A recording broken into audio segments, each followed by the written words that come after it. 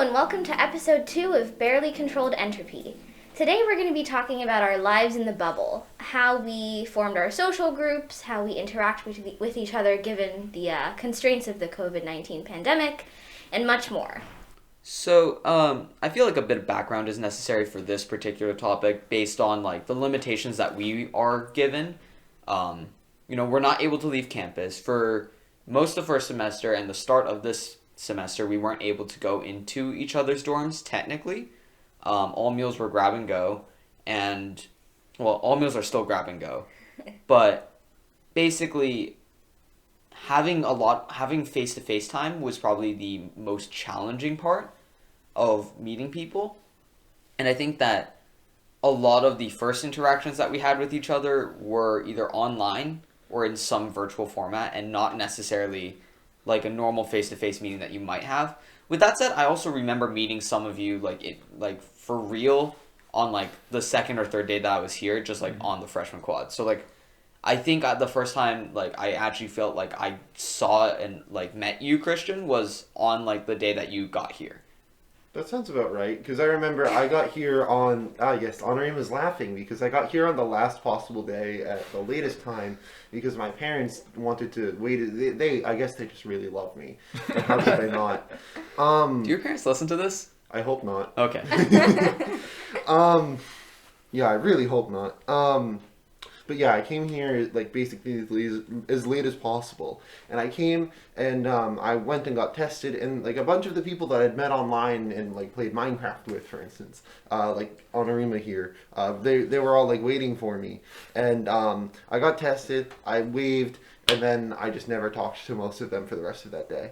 And you also promptly lost your key, I remember. I did. The next day when I got out of my dorm, I lost my key within about an hour of being outside of my dorm.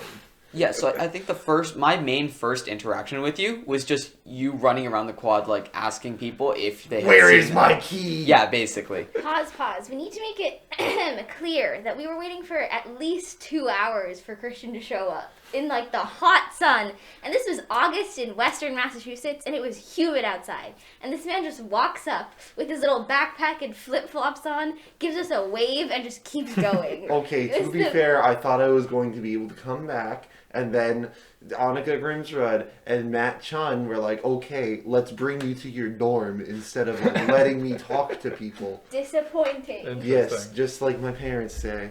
Yeah. Oh dear. My experience was a bit different because I came here a whole 2 weeks late. Woo! Yes, exciting. And I was quarantined at the hotel while classes had started, and I was kind of just looking out my window trying to, imagine what life would be at campus.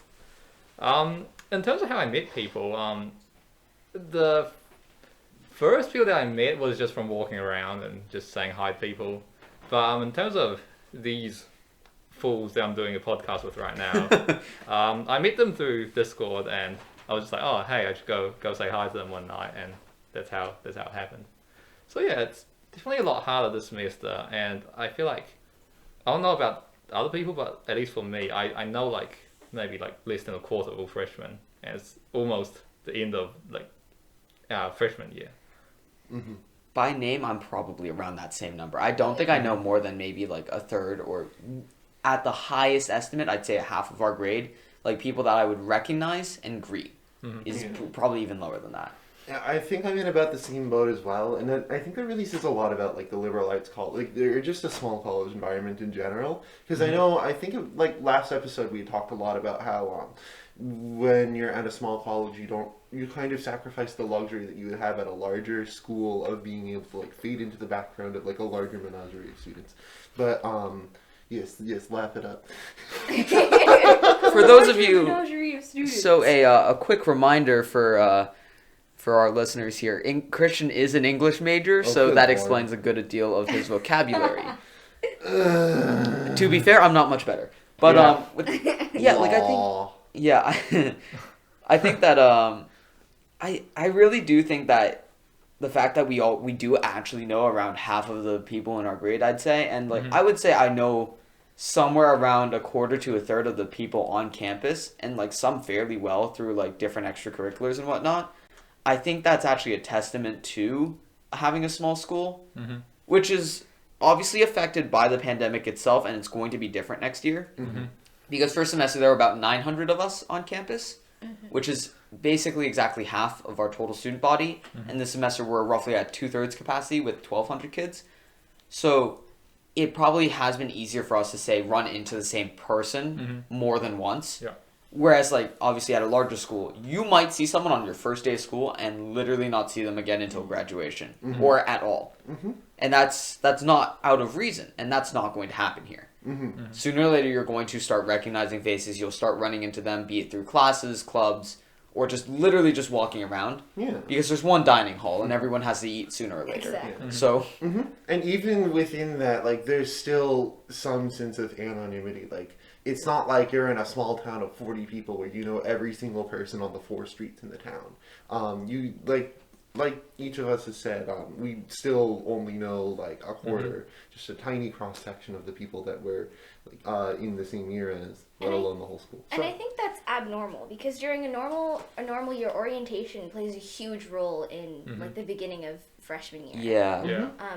We've been talking to some of the CAs who are like residence counselors, and they put on tons of shows and things like that that help us get to know our classmates, and that's something that unfortunately we didn't get to participate in. So hopefully the next year's experience, the next class's experience will be a little bit different from ours. Yeah, That they'll get to and know I other think people more. We can illuminate a bit into our orientation process, I think, because to start with, over the summer, we all took part in a program that So Leah, that we pretty collectively despised. Woo! I feel completely comfortable saying that because it's the honest truth. And it's a third-party company. It's so a third-party not like the company school's that gonna didn't write really down know too much about Amherst, and as such, it's not necessarily their fault, but they were woefully under-equipped to actually like help us get to know each other. can we talk about the questions that they asked us in those like Yeah. weird Zoom room things? Hey, kids who just met each other, solve Israel and Palestine real quick. Yeah, basically, the questions that were asked were very much designed for discussion. But, you know, it is a certain demographic that ends up going to a small liberal arts college in Western Mass. And as a result, a lot of the views ended up being very similar. And it didn't provide for the same kind of discussion that I think they were hoping to facilitate. Yeah, I think. I don't know that that's on them, but I don't think it was a great...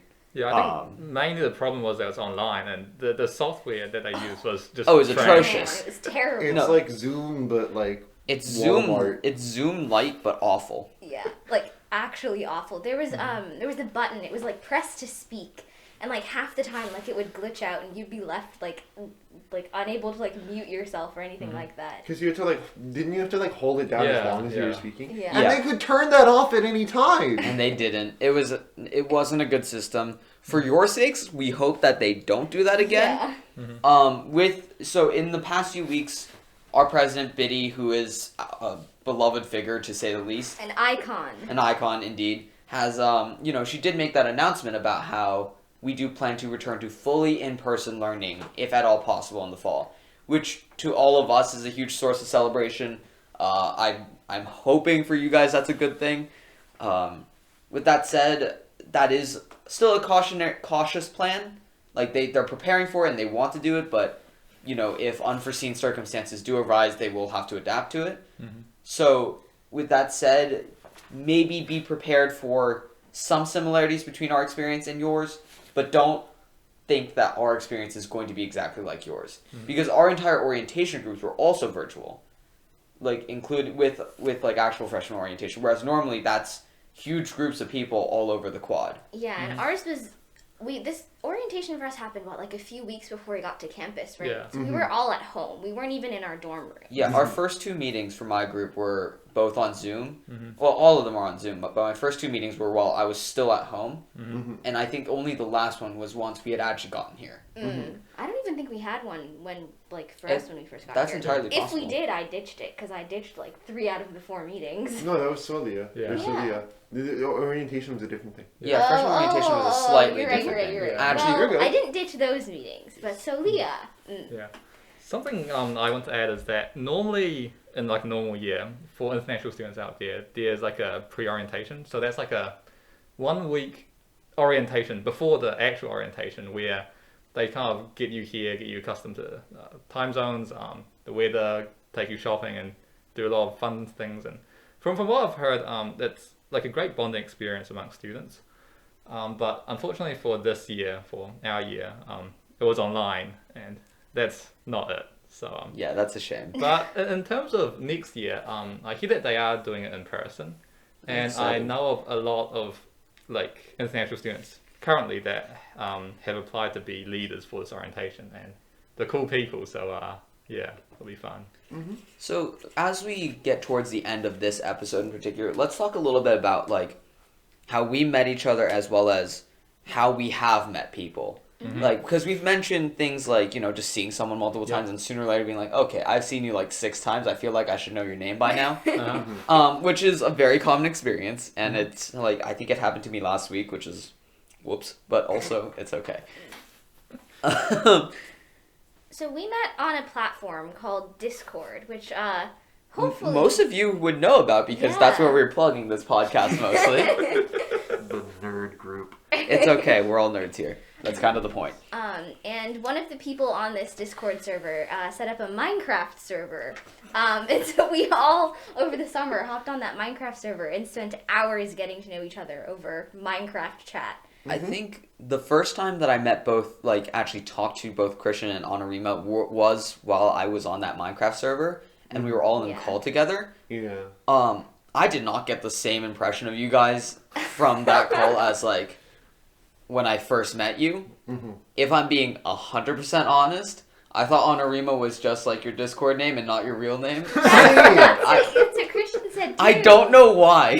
I remember, like, as soon as she left a voice call with, like, a bunch of people, I was like, hey, does anyone know what her real name is? She seems cool. They're like, Oh, wow, I like the silence. and then everyone else is just, like, kind of, like, sitting there, like, Yeah, it was the No, that's exact literally same her real silence name. after I asked that, like, in the Discord call as well. Everyone was like, are you serious right now, you brick? But, yeah, like, I think we had met some people over Discord, and, like, we did have a Telegram. Ouch. I was not particularly active in it, and I'm kind of okay with that. I wasn't even in it, so apparently lots of tea was spilled and conversations happened. That was Yeah, they- interesting. They had, like, really late night Zoom calls, apparently. Yeah, like, they were for, always I at, don't like, know, 3 or 4 a.m.. I know, right? And Well, they started at normal times, but they ended at, like, 3 or 4 well, like, a.m. the thing is, they also started fairly late. Because I think a good deal of them either lived in the Midwest or West Coast or Yeah. other countries altogether. So as a result, time zones did play a role there. I love how y'all are complaining about the Telegram calls going till 3 and 4 a.m., but like I'm sure you were up on Minecraft till like 5 a.m. in the Oh, morning. This is false. My friend Phil, who also goes here, he's from Pasadena, California. The same city as me. Exactly. And one time I'm from here, from Massachusetts, and one time he and I were playing Minecraft together. And we were just like chatting about like books and like our interests and all sorts of stuff.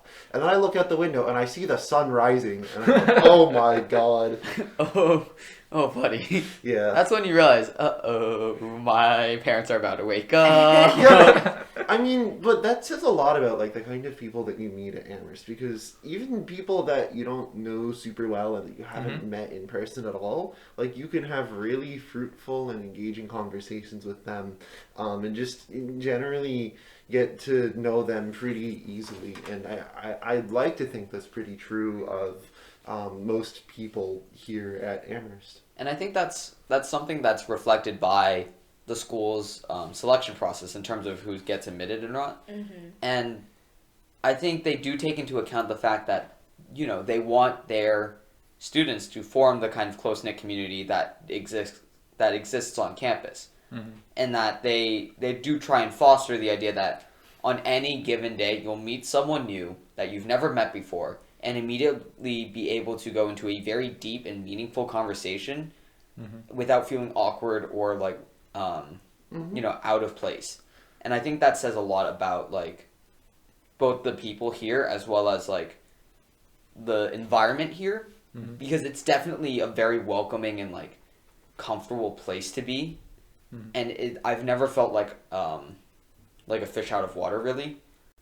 Like talking to people has always felt natural and not like I've had to force a conversation or like really labor to keep a conversation going. And I think that's true for people who identify as more outgoing and people who are, generally more reserved and quiet. Because I think that for some crazy reason there's like people here who like bring the introverts to sort of like come out of their shell and actually talk to people. Yeah, I think the kind of conversations that you have here is quite different from high school because, at least in my experience, I feel like there are a lot of things that, aren't really things that you would talk with your friends back in high school, but are, very acceptable discussions here at Amherst. And I think I've definitely had a lot more kind of illuminating discussions with people here than back at home. I think part of it is that everyone here is like intellectually at such a high level that Except me. Yeah, I'm here too, guys. okay, we all got in for a reason, I'm here too. but basically it just feels like every conversation I had has a much higher floor in terms of like we have we all have shared knowledge bases between each other, right? And it just feels like the ones that I have with people here are so much more robust than the average person that I talked to in high school.